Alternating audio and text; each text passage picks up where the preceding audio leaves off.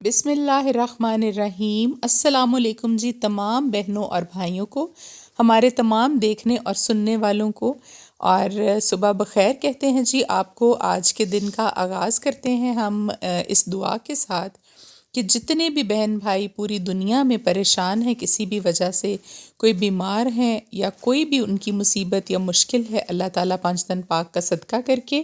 ان کی اس مشکل کو ان سے دور کر دے، اس بیماری کو ان سے دور کر دے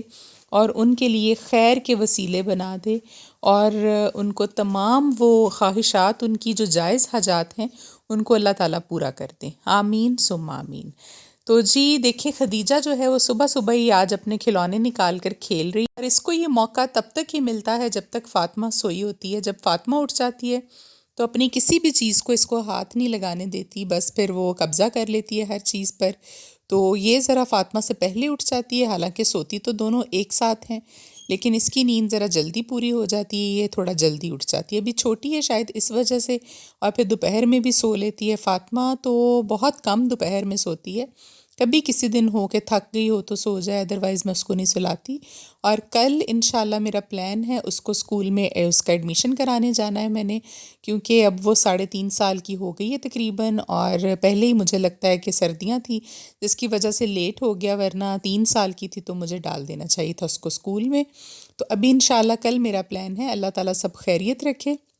تو کل اس کا ایڈمیشن کرانے جائیں گے۔ میرے گھر کے پاس ہی یہاں پر سٹی اسکول ہے، اور اچھا اسکول ہے، وہ واکنگ ڈسٹنس پر ہے، تو وہاں پر میں اس کا ایڈمیشن کراؤں گی۔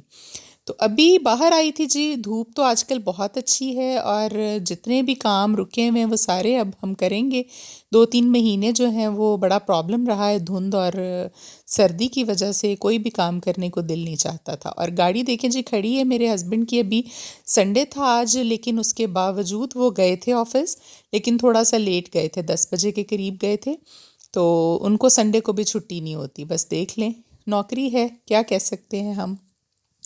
بچوں کی الماریاں جو تھیں وہ سیٹ کرنی روزانہ ہی پڑتی ہیں ہمیں، ایک دن بمشکل نکالیں تو ان کو آرگنائز کرنا بہت ضروری ہوتا ہے، اور ان کے تمام کپڑے جو ہیں وہ میں اپنی زیر نگرانی یا خود سیٹ کر کے رکھتی ہوں یا پھر خود پاس بیٹھ کر سیٹ کرواتی ہوں، کیونکہ پھر سمجھ میں نہیں آتا کہ خدیجہ کے کپڑے کون سے ہیں اور فاطمہ کے کپڑے کون سے ہیں۔ جو تھوڑے اچھے اور نئے کپڑے ہوتے ہیں وہ میں ہینگ کروا دیتی ہوں، اور تمام اس کی پینٹس جو تھیں وہ میں نے صبح صبح پریس کروا کے ان کو ایک ہینگر میں ہینگ کیا۔ وہاں یہ ہوتا ہے کہ پھر دوبارہ پریس کی ضرورت نہیں پڑتی جب آپ نے بچوں کو پہنانے ہوں کپڑے، ہینگر کا یہی فائدہ ہوتا ہے۔ تو اس کے سارے کپڑے ہم نے لٹکا لیے تھے، اور ساتھ میں گھر کا کام بھی صبح ہی صبح شروع کروا دیا تھا، صفائی وغیرہ کا بھی، کیونکہ جو کام نمٹ جائے صبح وہ بہتر ہوتا ہے، شام ہونے سے پہلے پہلے سارے کام میرا دل ہوتا ہے کہ ہم سارے کے سارے سمیٹ لیں۔ تو ابھی جی آپ کے ساتھ آج میں شیئر کرنے والی ہوں ایک بہت ہی اہم مسئلہ، جو کہ 5 نمازیں ہم دن میں پڑھتے ہیں ان کے بارے میں تو ہر بندے کو، بچے کو، بڑے کو کافی ساری انفارمیشن ہوتی ہے، بلکہ سارا ہی پتہ ہوتا ہے کہ کتنی رکعتیں پڑھنی ہیں ہم نے، ہر رکعت میں ہم نے کیا پڑھنا ہے اور کیا ٹائمنگ ہے، اور اذان بھی جو ہوتی ہے ہم لوگ سن لیتے ہیں، اور اکثر ہم نے الارم لگایا ہوتا ہے۔ لیکن تہجد کی جو نماز ہے اس کے بارے میں کافی سارے لوگوں کے کوسچنز ہوتے ہیں، اور بہت سارے لوگ جو ہیں وہ پراپر اس کے بارے میں نہیں جانتے۔ تو آج میرا دل تھا کہ چلے میں آپ لوگوں کے ساتھ یہ انفارمیشن شیئر کر دوں، وہ بہن بھائی جو تہجد پڑھنا چاہتے ہیں ان کے لیے آسانی ہو جائے گی، وہ ہماری ویڈیو کو دیکھیں۔ تو اس سے پہلے میں آپ سے یہ ریکویسٹ کروں گی کہ جس نے ابھی تک ہمارا چینل سبسکرائب نہیں کیا، پلیز ہمیں سبسکرائب کیجئے، لائک کیجئے، شیئر کیجئے، اور بیل بٹن کا جو بٹن ہے نوٹیفیکیشنز کا اس کو آن کر لیجئے، تاکہ ہماری ہر آنے والی ویڈیو آپ کو بآسانی مل سکے۔ تو شروع کرتے ہیں جی ہم تہجد کی نماز کے بارے میں۔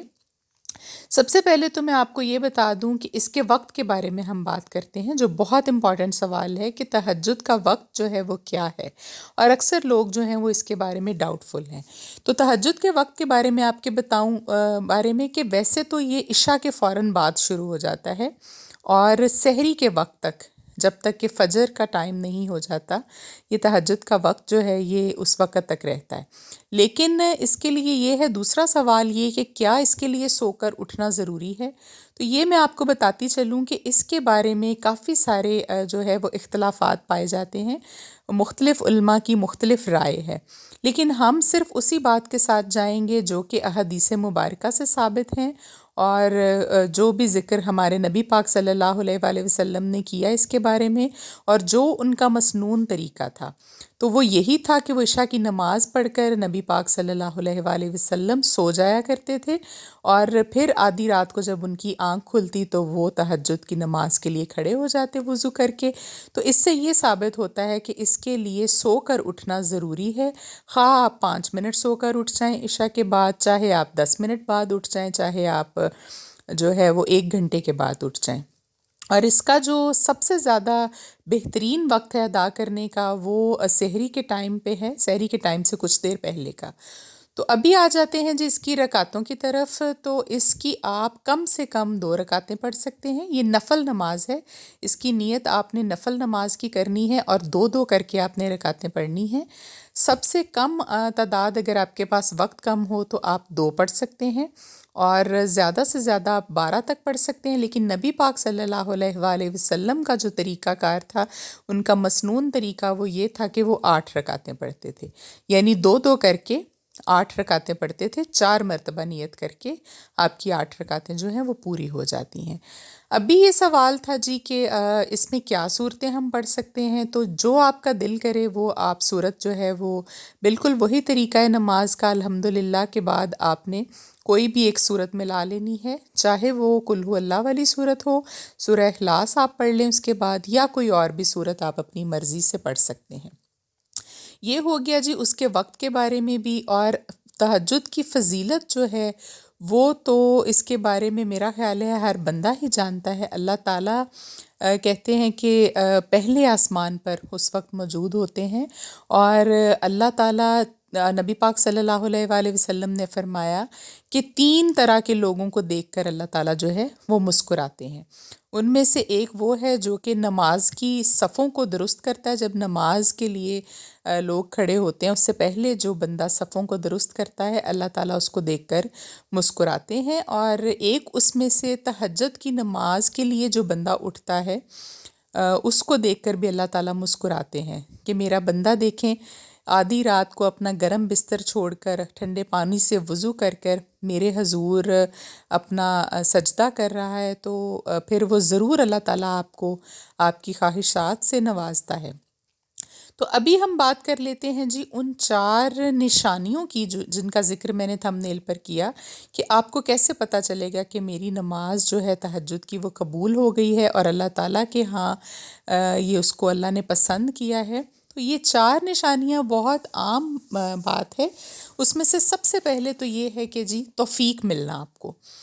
توفیق کس کو کہتے ہیں جی؟ توفیق یہ ہے کہ اللہ تعالیٰ نے آپ کو توفیق دی اس چیز کی کہ آپ اس کے سامنے کھڑے ہوئے، آپ نے رکوع کیا، آپ نے سجود کیے، آپ کو اللہ تعالیٰ نے یہ موقع دیا، کیونکہ اللہ تعالیٰ کی مرضی کے بغیر ہم عبادت کی طرف بھی راغب نہیں ہو سکتے، اور ہمیں یہ توفیق ہی نہیں ملتی کہ ہم سجدے کریں۔ تو سب سے پہلی نشانی یہ ہے کہ اگر اللہ نے آپ کو تہجد میں اٹھ کر اپنے سامنے کھڑے ہو کر، ہاتھ باندھ کر کھڑے ہو کر دعا کرنے کا موقع دیا ہے، تو پھر ضرور اللہ تعالیٰ آپ سے راضی ہے، اور آپ کی نماز کو بھی وہ قبول کریں گے۔ تو دوسرا اس کے بارے میں جو اس کی دوسری نشانی ہے وہ یہ ہے کہ آپ کا دل لگنا شروع ہو جائے جب نماز میں، کہ آپ کو سکون محسوس ہو اور آپ کا دل لگ جائے نماز پڑھنے میں۔ تو یہ اس کی دوسری بڑی نشانی ہے کہ آپ اللہ تعالیٰ کے ہاں آپ کی نماز جو ہے وہ قبول ہوئی۔ اور تیسری نشانی اس کی یہ ہے کہ جی جس دن کسی وجہ سے آپ کی تہجد کی نماز جو ہے وہ آپ سے چھوٹ جائے، آپ نہ پڑھ سکیں، تو آپ کو اس کے بارے میں ٹینشن ہونا یا پریشان ہونا، کہ آپ کے دل میں یہ بار بار خیال آنا کہ مجھ سے کیوں اٹھا نہیں گیا اور میں نے کیوں نماز نہیں پڑھی آج، تو یہ بھی اس بات کی نشانی ہے کہ اللہ تعالیٰ آپ سے خوش ہیں، اور وہ چاہتے ہیں کہ آپ ان کے حضور کھڑے ہوں اور اپنی دعا کریں، اپنی نماز ادا کریں۔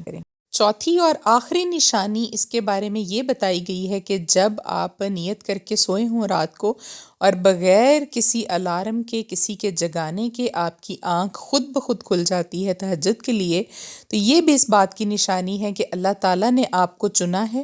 اور ہر بندہ آپ یہ یاد رکھیے گا کہ وہ تہجد کی نماز ادا نہیں کرتا، اور یہ بہت خاص لوگ ہوتے ہیں جن کو اللہ تعالیٰ چنتے ہیں اپنے راہ میں جو ہے وہ نماز پڑھنے کے لیے یا عبادات کرنے کے لیے۔ تو پھر اگر ان بندوں کو اللہ تعالیٰ نے چنا ہے تو پھر یہ تو ڈاؤٹ آپ کے دل میں ہونا ہی نہیں چاہیے کہ ہماری نماز قبول ہوگی یا نہیں ہوگی، اور ہماری جو دعائیں ہیں وہ اللہ تعالیٰ قبول کریں گے یا نہیں کریں گے۔ ابھی ہم بات کر لیتے ہیں جی ان لوگوں کے بارے میں جن کے بارے میں نبی پاک صلی اللہ علیہ وآلہ وسلم کی احادیث مبارکہ سے یہ بات ثابت ہے کہ ان کی تہجد کی نماز جو ہے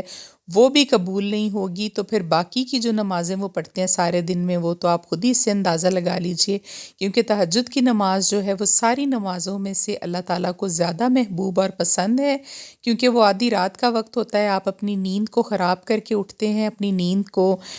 ترک کر کے اللہ تعالیٰ کے لیے اٹھتے ہیں۔ تو اگر ان کی یہ نمازیں قبول نہیں ہو رہی تہجد والی، تو پھر باقی تو اللہ تعالیٰ ہی بہتر جانتا ہے۔ تو ان کے بارے میں یہ فرمایا آپ صلی اللہ علیہ وآلہ وسلم نے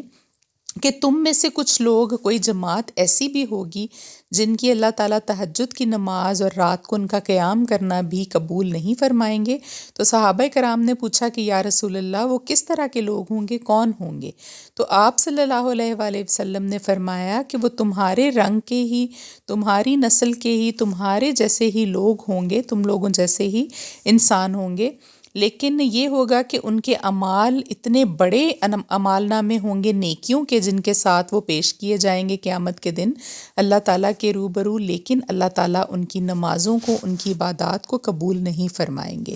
اور وہ لوگ کون ہیں؟ وہ لوگ وہ ہیں جو اللہ تعالیٰ کی بنائی ہوئی حدود و قیود سے تجاوز کرتے ہیں، یعنی کہ اللہ تعالیٰ نے جن کاموں کو حرام قرار دیا ہے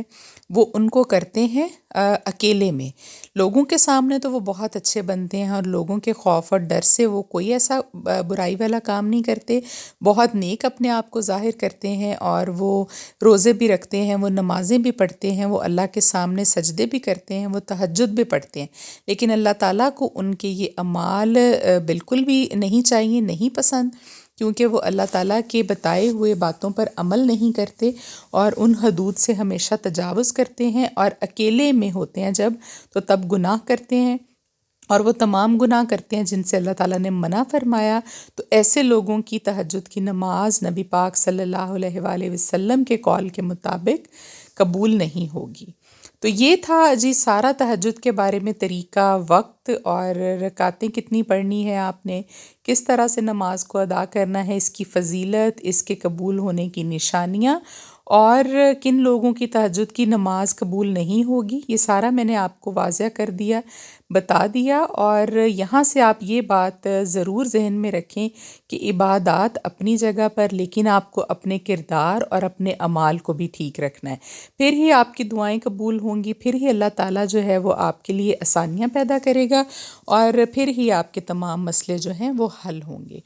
تو یہ ہو گئی جی ہماری تہجد کے بارے میں بات چیت۔ اور ابھی دیکھیں بات کرتے کرتے سارے دن کی روٹین گزر گئی، آپ نے دیکھی ہوگی کہ ہم نے سارے دن میں کیا کیا کام کیے، کپڑے دھوئے ہم نے، اور کھانا پکایا، میں نے آلو میتھی بنائی تھی آج، اور حلوہ بنایا تھا، میرے ہسبینڈ کی کال آئی تھی کہ دفتر میں کچھ لوگوں کو حلوہ کھانا ہے تو آپ گھر سے بنا کر بھیجیں، تو پھر میں نے حلوہ اور چائے بھیجی، اور ابھی بچے اپنے بابا کے ساتھ کھیل رہے تھے جی، رات کا وقت ہو گیا تھا، سارے کاموں سے ہم فری ہو گئے تھے، چائے پی لی تھی ہم نے، کھانا کھا لیا تھا،